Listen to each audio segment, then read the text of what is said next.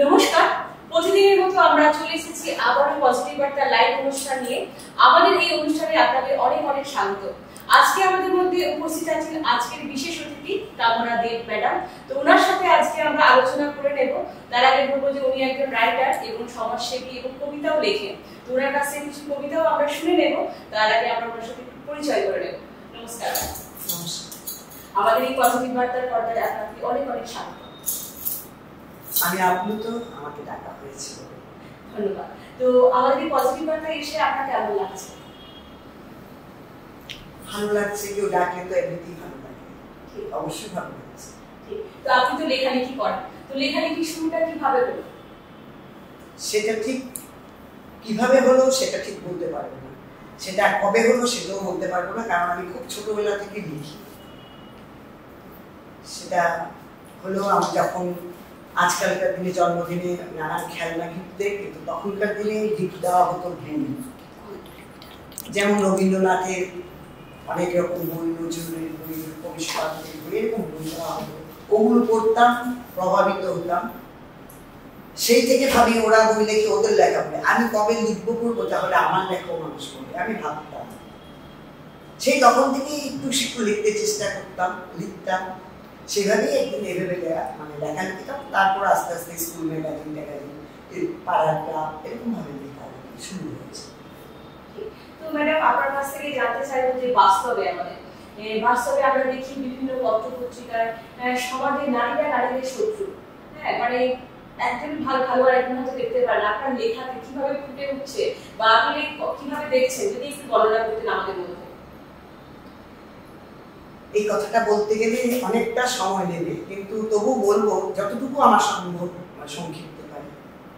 প্রথমেই বলছি, আজ থেকে 2 বছর আগে আমি লেখাটা প্রকাশিত হয়নি বলতে এই জন্য যে কমপ্লিট করতে পারিনি।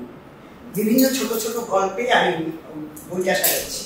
প্রথমে মনে করেছিলাম বইটা সংকলন করব, মানে সম্পাদিত করবো। তারপর চিন্তা করলাম না, বইটা আমি এককভাবেই লিখব, সমাজের বিভিন্ন দিক তুলে লিখবো এবং নারীদের প্রতি যে শত্রু, সেজন্য বইটার নামকরণও করেছি আমি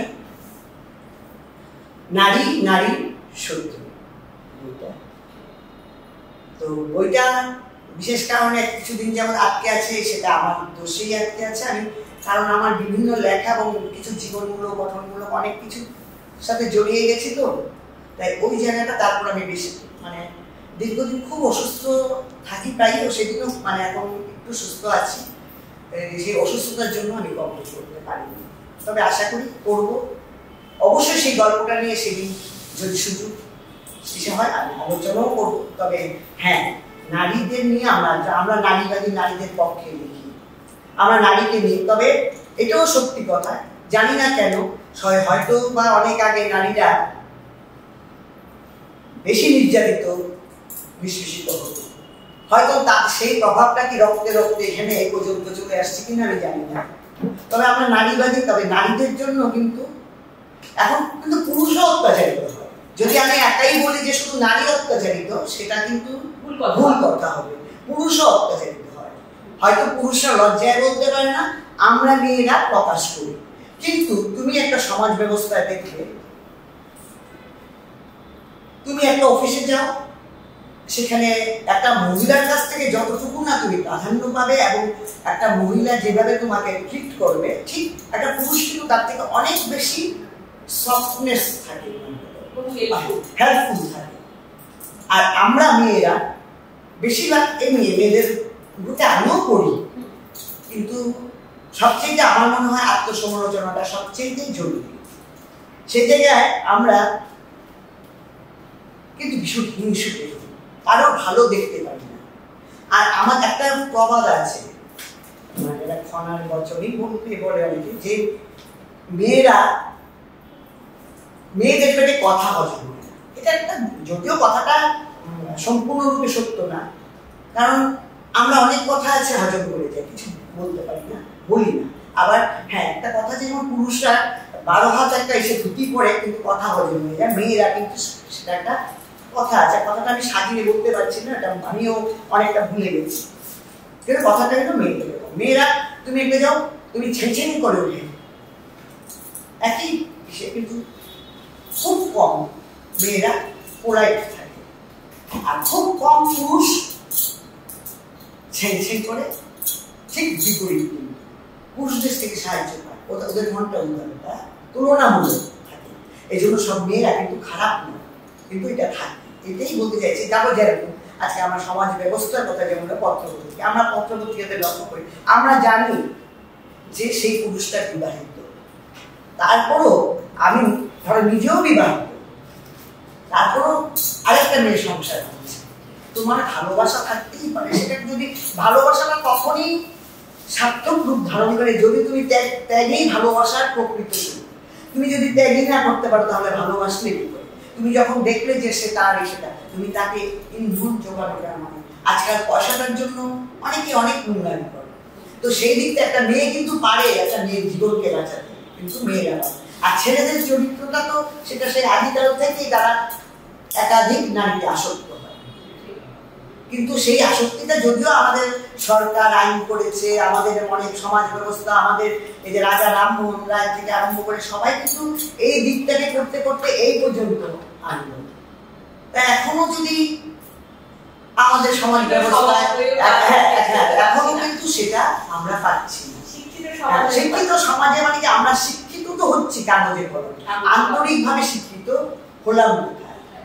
তো সাহিত্য নিয়ে আমরা আলোচনা করি, আমরা আমি বিরাট বড় কিছু একটা প্রতিপত্তি দেখাতে চাই, হয়তো যার ইসেতে আমি যার কল্যাণে আমি হয়তো আজকে এই জায়গায় এসেছি তাকেই আমি অস্বীকার করি বা তাকে আমি নিজেকে দেখাতে চেষ্টা করি। সেটা যেমন সাহিত্য না, সেটা মানুষের বিবেক, এটাও না। তো আমি ওই জায়গা থেকে সমাজ ব্যবস্থায় আজকাল নারীর শত্রুতা হয়ে সবচেয়ে কঠিন সমাজ সৃষ্টি হচ্ছে। এই কঠিন সমাজ থেকে আমরা নারীরাই পারি মুক্তি দিতে। নারী যেমন নারী সব পারে, নারী অদৃশ্য নারী, আমার একটা কবিতাও আছে, নারী সৃষ্টির কিন্তু নারী ছাড়া পৃথিবীর সৃষ্টি হয় না, সৃষ্টি ধ্বংস হয়ে যাবে। সেই নারী যেমন মা দুর্গা, সেই নারী কিন্তু সমস্তটাকে ধ্বংসেরও প্রতীক। একটা পুরুষের পিছনে কিন্তু একটা নারী থাকে উন্নতি করতে, আবার একটা নারী কিন্তু একটা পুরুষকে সমাজকে ধ্বংস হবে। তো সেটা নিয়ে বলতে গেলে অনেক কিছু বলতে হবে, তাহলে অন্য কোনো কথাই আমার হয়তো বলা হবে না। হ্যাঁ, তবে নারী নিয়ে শুধু নারী নিয়েই বলবো, যদি সময় হয় কোনোদিন তোমাদের নারী নিয়ে আমার ওই বইটাও প্রকাশিত হোক, তাহলে বলবো। ঠিক, আমরা শুনে নেবো নেক্সট কোনো সময় এই নারী নিয়ে। ঠিক, একদম পুরোটাই থাকবে আমাদের আলোচনাটা নারী নিয়ে থাকবে। তো আজকে আমরা আবারও জিজ্ঞেস করে নেবো যে বাস্তবে যে প্রতিবাদী লেখা আপনি কিভাবে আসলেন, এই মানে আসলো আপনার কলমের মধ্যে, প্রতিবাদ যে লেখা লিখছেন কিভাবে আপনার কলমে আসলো? দেখো, জীবন সংগ্রাম, আমরা জীবনটা লড়াই করে বাঁচতে হবে। আমরা তো সংগ্রাম করি, সেটা তুমি সোনার চামচ মুখে দিয়ে জন্মগ্রহণ করো, যাই তুমি একেবারে ধুলোতে জন্মগ্রহণ করো, যেইভাবেই করো, সংগ্রাম করতেই হয়। সংগ্রামহীন জীবন নয় আমার মনে হয়। প্রত্যেকটা জীবনের অভিজ্ঞতা পেতে গেলে সংগ্রাম জীবনে থাকতেই হয়। আমার এটা ব্যক্তিগত অভিমত, আর মনে হয় এটা আশা করি সবারই হবে। তবে সেই পরিপ্রেক্ষিতে, সংগ্রামের পরিপ্রেক্ষিতে আমি বাস্তবে যেটা স্কুল জীবন থেকে আমার ছোট থেকে বড় হওয়া, পারিপার্শ্বিক অনেক কিছু দেখে, মানুষকে যখন দেখি অন্যায়ের বিরুদ্ধে চুপ করে নিজের স্বার্থ দেখে সরে যায়, সম্পর্ক রাখতে সত্যি কথাটা বলতে পারে না, হয়তো তোমার সাথে তোমার অন্যায়টাকে আমি বলার যদি সাহস না পাই, তার জন্য তোমার অন্যায়টাকে দিন দিন বেড়ে চলে, তখন আমি সেই যে অন্যায়টা বেড়ে চলে তোমাকে তো রোখার কেউ নেই, কারণ তোমাকে কেউ বাধাপ্রাপ্ত হচ্ছে না। হয় তুমি বুঝে করছো না কি না বুঝে করছো ওটা আমি বুঝতে পারছি না, কিন্তু তুমি যে না বুঝে করছো ওটাও আমি বুঝবো কি করে? যখন আমি তোমাকে বাধাপ্রাপ্ত করবো তখন সে না বুঝবে যে এটা করো না, তুমি এটা বাজে কাজ করছো। আমি বলতে হবে মনে হয় এই কাজটা ঠিক নয়, কিন্তু তুমি রেগে যাচ্ছ, কারণ তোমাকে যখন তোমার কাজের ভিতর আমি বাধা দেবো তখন তুমি রাখবেই। আমার এটা স্বাভাবিক ধর্ম, কারণ তোমার মানে মসৃণ গাছে আমি পাথর রেখে দিলাম, তো আমি মানে কি বলে আমরা হুচট খাবো, তো হুচট খেলে তো তুমি ব্যথা পাবে, তো ওই জায়গাতে তুমি হুশ করে উঠবি, ফনা তুলবি। তো সেই ফনা তোলার ভয়ে আমরা অনেকের সত্যি কথাটা বলতে পারি না, আমরা সবার কাছে ভালো থাকি, কিন্তু ওটা মানে আজকে যার জন্য আজকাল। আমি বলিনি যে কথা, কোনোদিনও বলিনি, হয়তো চিন্তাতে আনিনি, সেই কথাই তুমি একদিন কাউকে ভাবলে যে আরে ওর সাথে তো আমার ওনার বেশি সম্পর্ক না, উনি এমন করছে, ঠিক আছে আমি আমার কথা বলি, তাতে ওনার সাথে ওনার সম্পর্কটা নষ্ট হয়ে যায়। তো এমন কথা তুমি ওনার মুখ দিয়ে বলবে আমাকে। তা আমি ভাবলাম যে ভাই ও তো ঠিকই এমন বলেছে, কিন্তু ওর প্রতি আমি রাতে খুশি, কিন্তু ওকে তো আমি আর জিজ্ঞাসা করছি না, আর ও জানে না কেন আমি রাখছি। তো এই যে হিংসাটা, এটা আমার মনে হয় জিজ্ঞেসে, হয়তো রূঢ়ভাবে নয়, যেভাবে হোক, বিনয় হোক, যেভাবে হোক, তুমি কি এমন কোনো কথা কাউকে নাম বলার দরকার নেই, বলেছ, কথাটা জানার প্রয়োজন আছে, তাহলে ও বুঝে যাবে না আমি তো বলিনি। আর যখন ও কথাতেই তুমি বুঝে নেবে যে না বলে, তখন কিন্তু আমরা পরিষ্কার হয়ে যেতে পারবো যে না, সম্পর্কটা ভালো থাকবে। তখন আমি বুঝে নিতে পারবো না সেটা তুমি, সেটা চালাকি করেছো, এটা কি কারণ থাকতে পারে না। আর এখন আমরা মানুষ চুপ করে থাকি, হ্যাঁ যা বলেছে বলেছে, আমি কেন জিজ্ঞেস করতে যাবো বলুন। এই জন্য আমি কিন্তু ওই দিকটা না আমি জিজ্ঞেস করিনি, কিন্তু তবে পরীক্ষা করিনি যে ঠিকই বলেছি। হ্যাঁ, অনেকে কারো আরেকটা জিনিস হলো, আমরা সমাজে বলতে এটা পুরুষ নারীর ব্যাপার না, এটা সবাই। তাহলে ওই যে মানুষকে কাউকে যদি একটু উপরে উঠতে দেখে, তখন একটু তেল ফেলে হোক বা একটু জল ফেলে হোক, যাতে পা পিছলে যেভাবে হোক নিচে নামিয়ে দেওয়া, কারোর সম্বন্ধে সে করা। কিন্তু যারা সত্যিকারে, তারা কিন্তু সামনেতে দেখো তোমার খুব সুনাম করছে, পেছনেই বলো তুমি পিছনে বদনাম করছো, তবে যা কিছু বলো সামনে বলো, পেছনে কারো ঈশ্বর। কিন্তু আমরা ঈশ্বর বিশ্বাস করি, অনেকে বিশ্বাস করে অনেকে বিশ্বাস করে না, তবে একটা তো সর্বশক্তিমান আছে, সে কিন্তু কোনোদিন কাউকে ক্ষমা করে না। একদিন তার, আমার মনে হয় সেটা প্রতিফলন হবেই হবে এবং হয়, সত্য সামনে আসবে। হয়তো চাপা থাকে, আমার মৃত্যুর পরও আমার সত্য আমার সামনে একদিন মানুষের সামনে সেই থেকেই আমার প্রতিবাদটা সবসময় মুখে বলতে পারি না, যার জন্য কলমে প্রতিবাদ করি, লিখি, সবাই এমন হোক। এই আপনার কলমের মধ্যে আপনার প্রতিবাদী লেখার সেটা আমরাও চাই। তো মহিলা লেখক, হ্যাঁ, তো একজন আপনাদের লেখিকা, কবিতাও তো লেখেন, হ্যাঁ, তো এর মধ্যে এটা নিয়ে কি কোনো কবিতা থাকে? মানে এই প্রতিবাদী কলমের মধ্যে লেখা আছে, প্রতিবাদী কবিতা যদি কোনো থাকে একটু শোনান আমাদেরকে আজকে। প্রতিবাদী নিয়ে তো প্রচুর, আমার ম্যাক্সিমাম কবিতাই প্রতিবাদী, তবে তার ভিতর একটা কবিতা বলছি, এটা সমাজের দর্পণও বলতে পারো, এটাকে সমাজের দর্পণ বলতে পারো। কবিতাটা বিশেষ করে আমার এক দিদি, আমি যাকে সত্যি মানে শ্রদ্ধা করি, উনিও এক বিশিষ্ট সাহিত্যিক, বিথিকা, ডক্টর বিথিকা চৌধুরী, উনিও খুব ভালোবেসেছেন। উনি সবসময় বলেন, আমরা তোমার এই কবিতাটা আমার খুব পছন্দ, আমার খুব ভালো লেগেছে। সেই জন্য ওই দিদিকে আমি এই কবিতাটা পড়ে ওই দিদিকে আমি ডেডিকেট করছি। কবিতাটা হলো আমার এই স্বরচিত কবিতাটা, এটা লিখেছিলাম 2020 হবে। আমি লেখার জীবনে এসে, বিশেষ করে যখন আমি ত্রিপুরাতে এসেছি, তখন আস্তে আস্তে আমি বেশি উপলব্ধি করেছি জিনিসটা।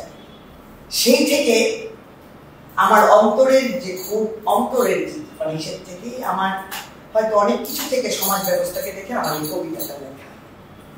নিন্দুক আছে বলি, আমার স্বরচিত কবিতা, আমি নিন্দুক আছে বলি আজও কিছু ভালো আছে,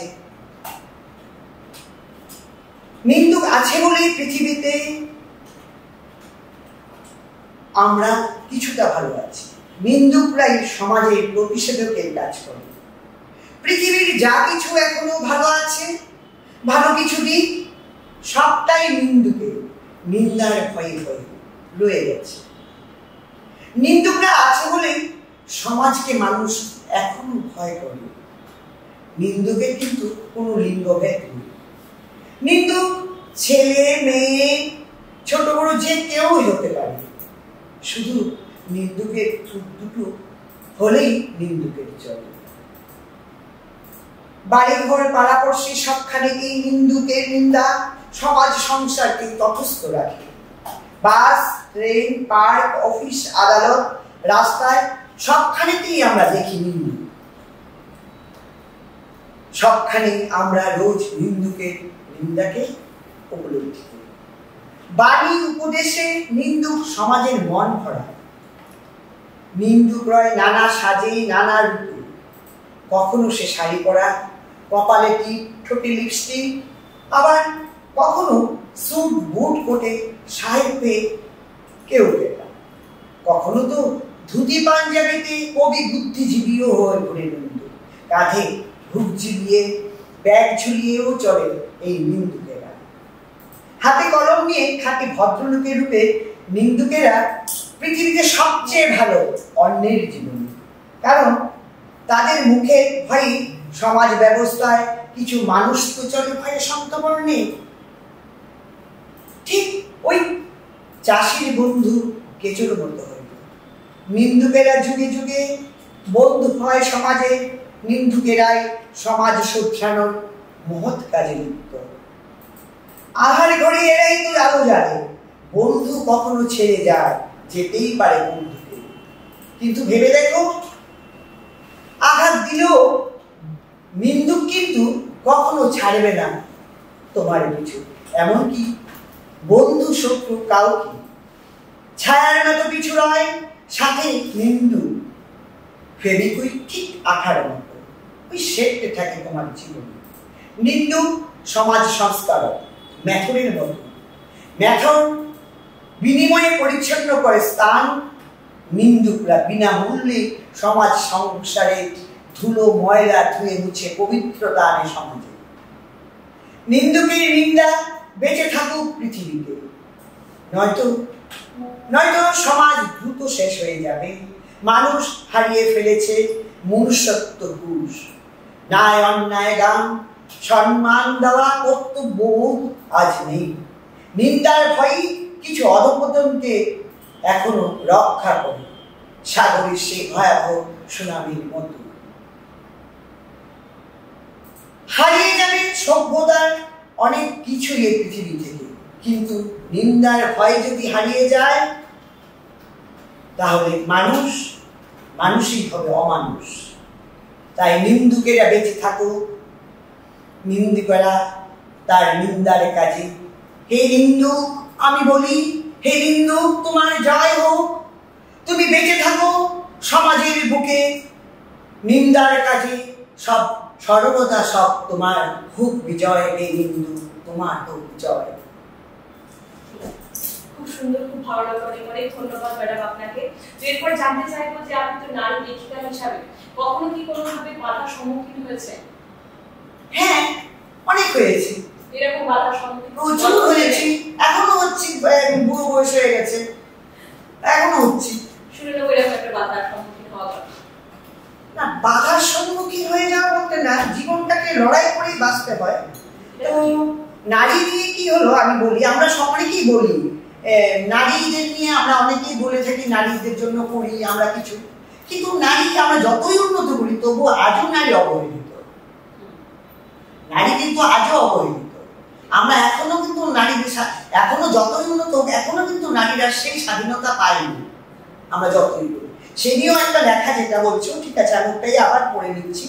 সেটা হলো আমার কলমের সেই স্বরচিত শিরোনাম হলো নারীরা আজও অবহেলিত। গানে, কবিতায়, ভাষণে আজকাল কত নারী দিবস, কত সমারোহ চলে দিকে দিকে। আর নারী দিবসে কত আবেগ পালন হয়। নারীদের জন্য নানান সংরক্ষণ, সে সরকার হোক চাই যেই। তবু নারী মানে আজও বোঝা এই আধুনিকতার জীবন সংসার। আজও যৌতুকের কবলে পড়ে নারী হয় মৃত্যু। আর কত নারী নাবালিকা কিশোরীতেই হয় ধর্ষিত। নারী যদি হয় দেখতে গেল বিবাহের জন্যই, নারী কখনো হয় না ভালো, সেটাও আজও এই আধুনিক যুগে। নারীর সংসারে শুধুই ভোগের সামগ্রী, নারীতেই রয় মাতৃত্বের আধার। নারী বংশ বৃদ্ধির এক যন্ত্র বিশেষ। আধুনিক সংস্কার, নতুন প্রজন্ম উৎপাদন। নারীর সব দায় আজও নিজ সতীত্ব রক্ষা। এই জগৎ সংসারে নারী শুধুই প্রয়োজন।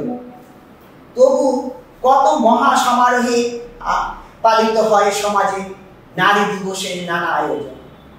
নেপোলিয়ন বলেছিলেন, আমাকে একজন শিক্ষিত মা দাও, আমি তোমাদের একটি শিক্ষিত জাতি দেব। কিন্তু সমাজ বর্তমানে শিক্ষিত মা পেয়েছে তো ঠিক, কিন্তু শিক্ষিত জাতি আমাদের সমাজ সত্যি পেল কি? প্রশ্নটা এখানেই, কিন্তু উত্তরটা আমাদের নির্বাক। এখন যুগ পাল্টেছে ঠিক, নারীরাও হয়েছে স্বাবলম্বন, কিন্তু তা কতটুকু? নারীরা যোগ্যতার নিরিখে পুরুষদের আগে আগে চলে, পুরুষের কদমকে পেছনে ঠেলে ফেলে। তবু নারীর বাঁচতে হয় হয়ে পুরুষের অধীনে। নারীরা কি পায় সেই যোগ্য সম্মান? প্রশ্নটা এখানে। আধুনিকতার দিন বদলে, এই দিন বদলের যুগেও কিছু নারী আজও রুখে তো দাঁড়ায় ঠিক, কিন্তু নারীর চরিত্রকে করে নানানভাবে বদনাম। নারীকে ধরিয়ে দাবিয়ে রাখতে এই সমাজের কিছু নারীকেই করে অসম্মান। আর নারী দিবস বা কোনো অনুষ্ঠানে চলনে বলনে ভাষণে দেখায় নারীর জন্য তাদের বা সমাজে কত নিবেদিত প্রাণ। খুব সত্য ঘটনা এটা। মানে আমরা সত্যি এখন শিক্ষিত সমাজেও নারীরা এখনো পর্যন্ত আমরা স্বাধীনতা পাইনি। আমরা এখনো ঘর থেকে বেরোতে পারি না সেভাবে। যুদ্ধ করে আমাদের বেরোতে হয়, যুদ্ধ করে বেরোতে হয় আমাদেরকে যদি আমরা কিছু করতে চাই।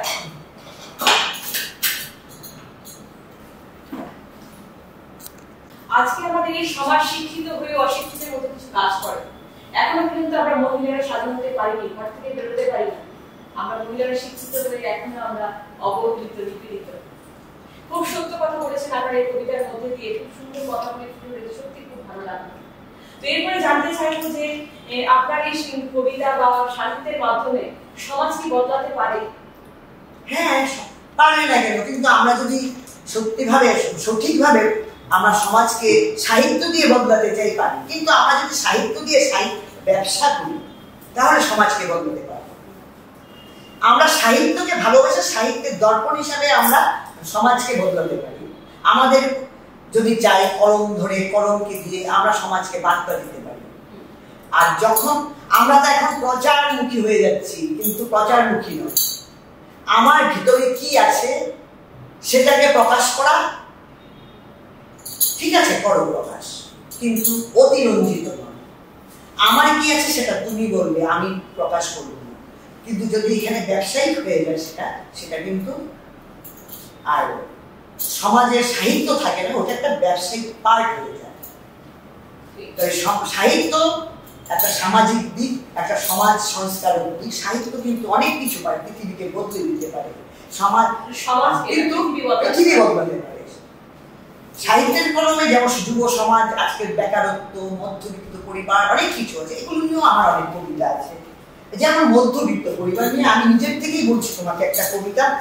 হয়তো সময়টা দ্রুত শেষ হয়ে আসছে, হয়তো সময় আর বেশি হতে পারে না। হ্যাঁ, এটা বলছি, মধ্যবিত্ত নিয়ে আমি একটা কবিতা বলছি। ঠিক আছে, শুনে নেব তাহলে। পরবর্তী একটা কবিতা আপনার লেখা। আমার কবিতা মধ্যবিত্ত পরিবার। কবিতার নাম প্রতিনিয়ত জ্বালা মধ্যবিত্ত পরিবার। প্রত্যহ দুঃস্বপ্ন দেখে মধ্যবিত্ত পরিবার হয়ে গেল। অনিশ্চিত খাদ্যের সারিতে দাঁড়িয়ে মধ্যবিত্ত পারে না সংসারের সবকিছু সরিবার। নিশ্চিত উপবাস থাকে কতদিন কেই বা জানে। মৃত্যুর সুস্পষ্ট প্রতিচ্ছবি দেখে মধ্যবিত্ত জীবনের প্রতিক্ষণে প্রশিক্ষণে। কল্পনা, স্বপ্ন দেখা এত মধ্যবিত্তের বিলাসিতা। হাজারটা চিন্তা প্রতিনিয়ত মাথা করে কায় মধ্যবিত্তে। তবু মায়াডোরের আবদ্ধ বাস্তবতা জীবনের প্রতিটি মোড়েই বিহল্লভ করে তোলে। দৌড়িতে ভালো লাগার উজ্জ্বল উপস্থিতি, আর নিভৃত মনে পরিবারের জন্য ছড়ায় ভয় যথারীতি। মধ্যবিত্তকে ফুলবাবু সাজতে দেয় না পরিস্থিতি।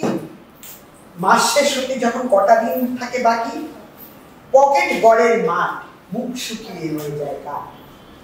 জীবনকে নির্ভয়ে উপেক্ষা করে নিঃশব্দ ভ্রুকুটি, চলার পথে সামনে দাঁড়িয়ে পড়ে রয় আলো, লাল আলোর ভয়ঙ্কর ওই লেলিহান অগ্নিশিখাটি।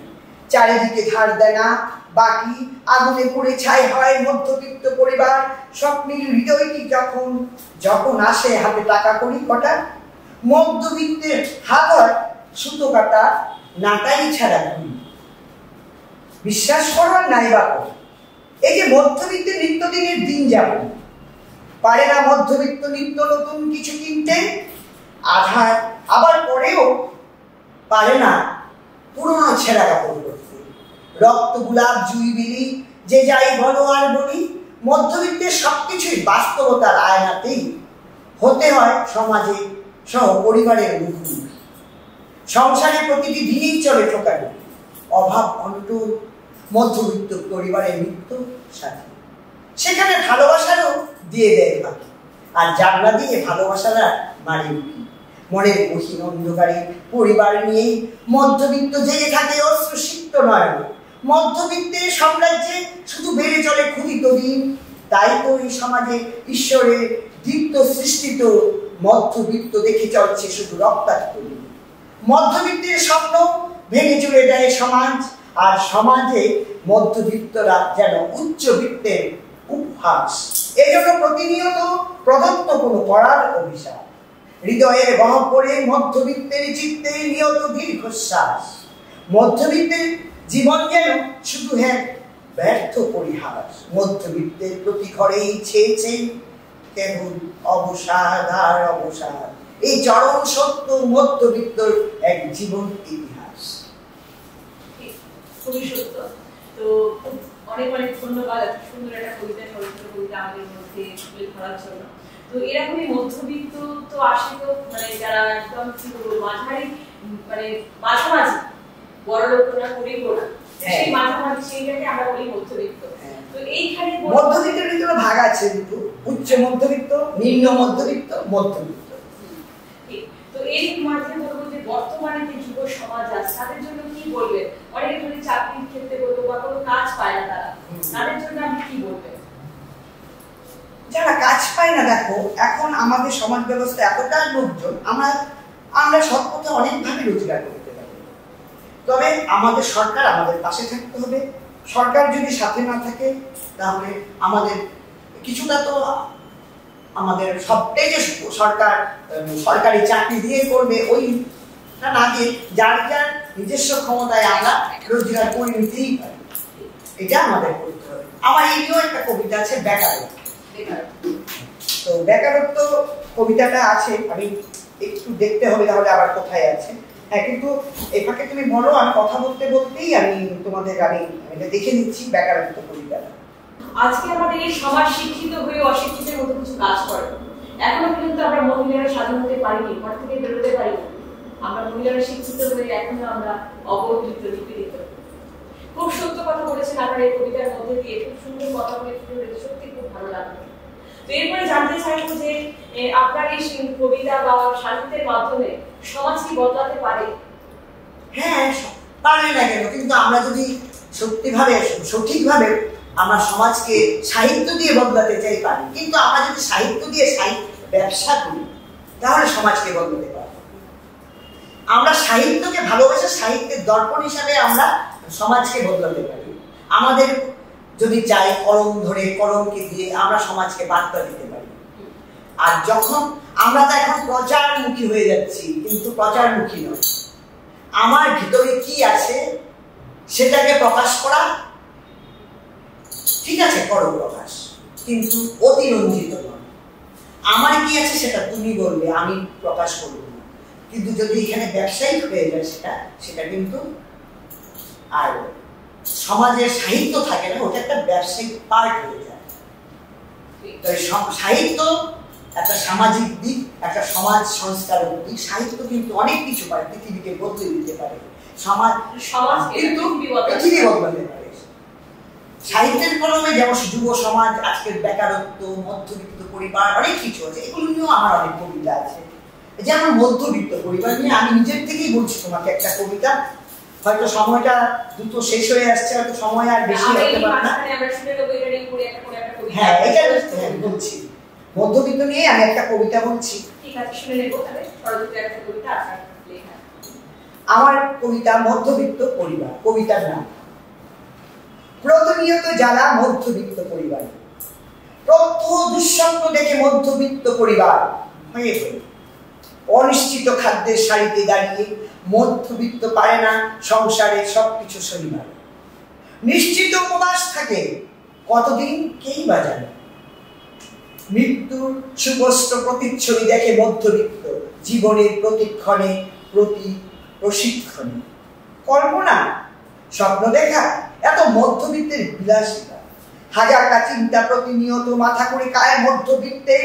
তবু মায়াডোরের আবদ্ধ বাস্তবতা জীবনের প্রতিটি মোড়ে বিহল্লভ করে তোলে।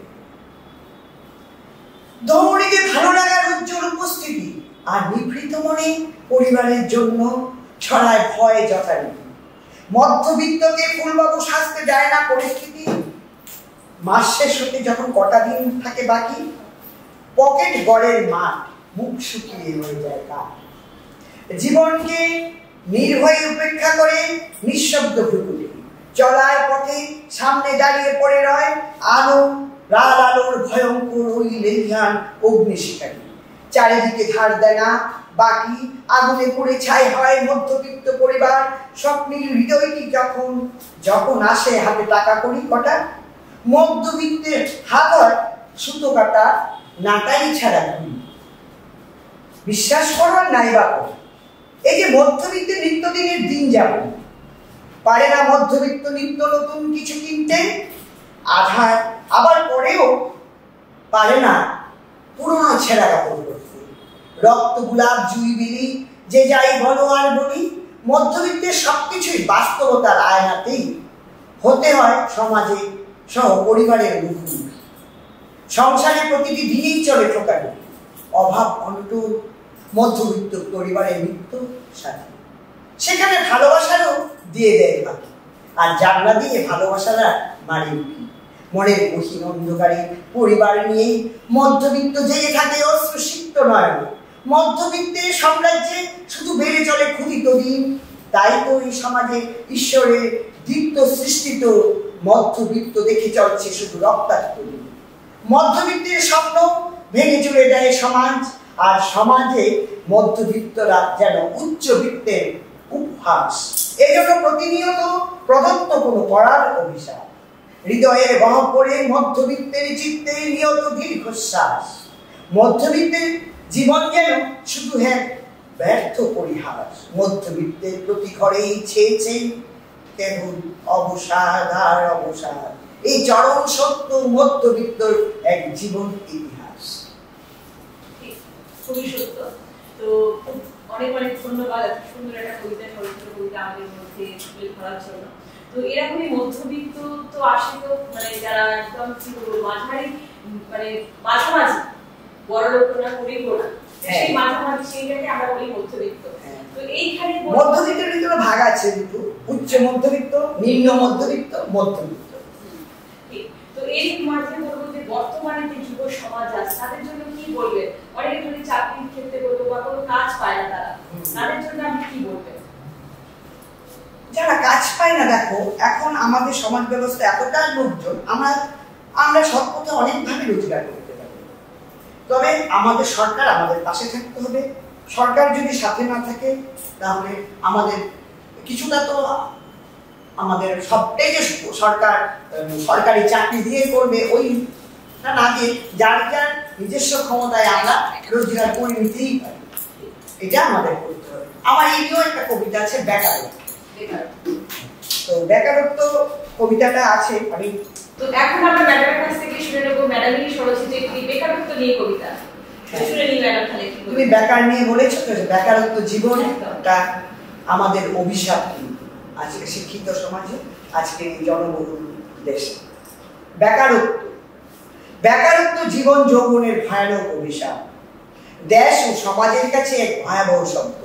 বেকারত্ব এমন একটি সংক্রমিত রোগ, জীবন যৌবনে প্রতিটি হাড় মাংসপেশিকে তিলে তিলে ক্ষয় করে, হাড়ে ধরে সংসার পরিবারে রন্ধে রন্ধে ঢুকে বেকারত্ব ছুঁয়ে দেয় লাঞ্ছনা গঞ্জনার কষ্ট।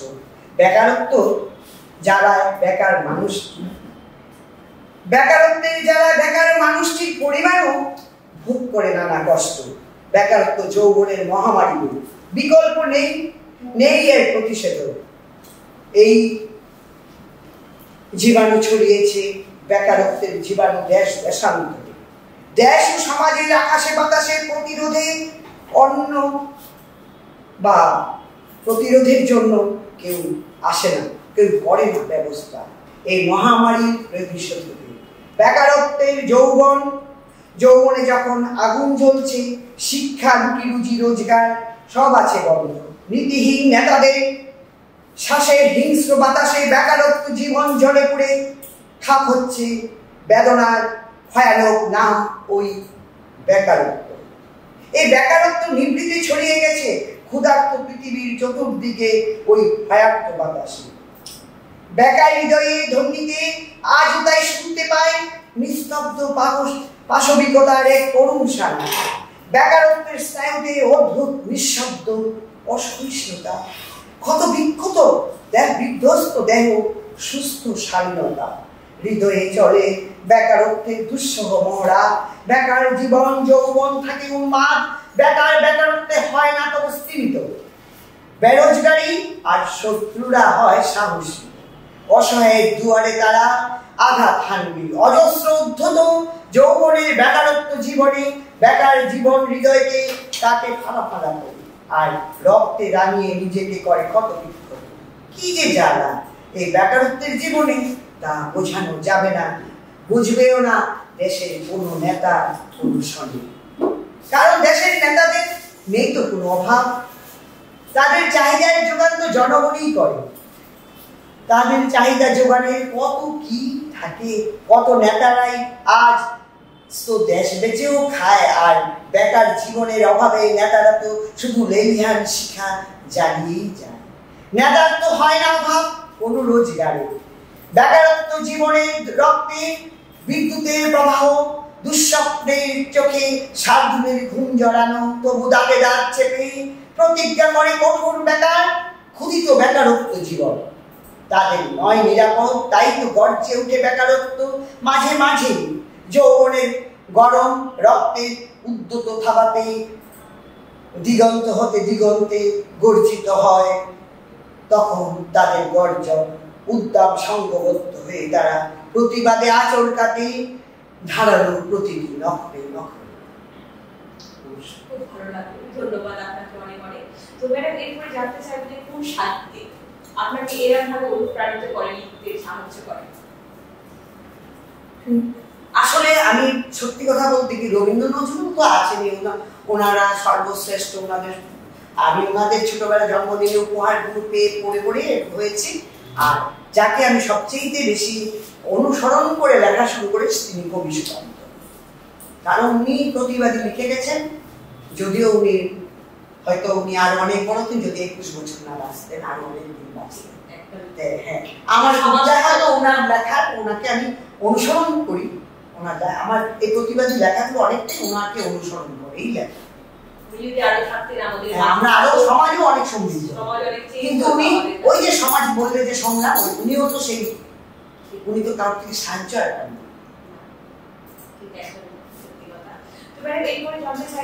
প্রকাশকদের কাছ থেকে কিভাবে আপনি প্রকাশকের কাছ থেকে প্রথম থেকে আমি খুব অনেকটাই পেয়েছি। প্রথম আমার ধরো 6-7টা বই আমার প্রকাশকের দিকেই হয়ে গেছে। তারপর আমি নিজেই প্রকাশক দিয়েছি। আমারও একটা প্রকাশনা সংস্থা আছে, আমি নিজেই প্রকাশক, এখন তো নিজেও করি। এর ভেতর যদি একটা প্রকাশক সংস্থা চায় লেখা, তো স্বাভাবিক ভালো লাগে, লেখা দেই করি। তবে আজকাল তো আর প্রকাশকরা এখন আর কাউকে কেউ টাকা দিতে পারে না, কারণ এই সমাজ ব্যবস্থার বই আর কি হয় না, তো কেউ কাউকে টাকা দেয় এখন এইভাবেই চলে যাচ্ছে। তো এরপরে জানতে চাইবো যে বর্তমান যে প্রজন্ম, তাদের জন্য আপনি কি বার্তা দেবেন, যারা লেখালেখি করতে চাইছে বা যারা লেখালেখি করতে চাইছে, সেটাকে নিজের জীবনকে বা সংসারকে এবং নিজের কর্তব্য বোধকে বাঁচিয়ে অবশ্যই লিখবে। সময় তো কিছুটা থাকে, লিখবে, কিন্তু সমাজ সংস্কারক হিসাবে লিখবে। সমাজের থেকে কিছু পেতে নয়, দিতে শিখবে। দেওয়ার জন্য লিখতে হবে, সে কিছু পাওয়ার জন্য। আমি আত্মপ্রচারে মগ্ন হয়ে নিজের আত্মপ্রচার নয়, নিজের জন্য লিখবে না, লিখবে সমাজের জন্য। তাহলেই তোমাকে সমাজ মনে রাখবে, নতুবা তুমি মরে গেলে তোমার মৃত্যুর সাথেই সব শেষ হয়ে যাবে। আমিও আমার মৃত্যুর সাথে সব। আজকে ওনারা রবীন্দ্রনাথ, নজরুল, সুকান্ত ওনারা সমাজের জন্য লিখে গেছেন বলে আজও আমরা ওনাদের স্মরণ করি। কিন্তু সেদিন তখন যদি শুধু আমরা আমাদের আত্মপ্রচারে, আমরা রোজ যেখানে ডাকলো সেখানে গিয়ে আমরা আত্মপ্রচার করলাম, আমাদের নিজস্ব বিষয় করলাম, অনুষ্ঠান করলাম, এটা করলাম, এটা নয়। আমাদের যেখানে ডাকলো সেখানেই গেলাম, আমরা নিজেকে বিরাট বড় কিছু মনে করলাম না। আমি 10টা অনুষ্ঠান নয়, 10টা মানুষের মনে রাখতে চাই। তবে সত্যি কথা, তুমি যদি আমাকে ভালোবাসো, আমার সত্যটাকে নিয়েই ভালোবাসবে। সে আমি জিদি হই, কর্কশ কথা বলি, চাই মিষ্টি কথা বলি, সেটা যদি সত্যি হয়। আজকে যদি তুমি না বুঝো, একদিন বুঝবে। তুমি ছলনা ভরা করবে, তুমি ছলনা করবে। এটাই সমাজকে বলবো, তুমি ছলনা না, সমাজের জন্য থাকো, সমাজের জন্য করো। তুমি প্রজন্ম, তোমাদেরও প্রজন্ম হবে, যাতে ওই প্রজন্ম তোমাকে মনে রাখে। সেই ভাবটা না নিয়ে সমাজকে লিখো, এটাই আমার বার্তা, এটাই আমার আজকের কথা। সত্য কথা, ছলনা না, সত্য ভাবে চলো, একদিন প্রকাশ হবেই হবে। ঠিক। এরপরে ম্যাডাম জানতে চাইবো যে আপনি তো লেখালেখি করেন, কবিতাও করেন, তো আরো কি কিছু সাথে যুক্ত আছে কোনো সংস্থা?